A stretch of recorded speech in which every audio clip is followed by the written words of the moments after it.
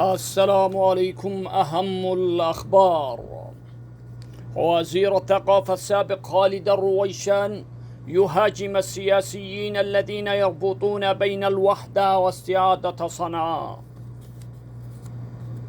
وقال خالد الرويشان في رسالة وجهها إلى كل سياسي غائب عن الوعي، يقول: نقسم اليمن كي نستعيد الجمهورية.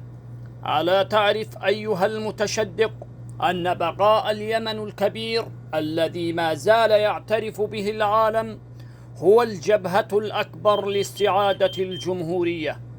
اسأل نفسك من أضاع الجمهورية. أضاعها التحالف وخبايا الساسة وخيانات القادة. اسأل نفسك لماذا توقف التحالف عند الحدود الشطرية في عام 2015؟ اسأل نفسك عندما وصل الجيش الوطني إلى نهم لماذا تم ضربه بالصواريخ؟ اسأل ذاكرتك أيها السياسي الدائخ السائح عندما وصلت قوات الجيش الوطني إلى مداخل عدن لماذا قامت الإمارات بضربه بالطائرات؟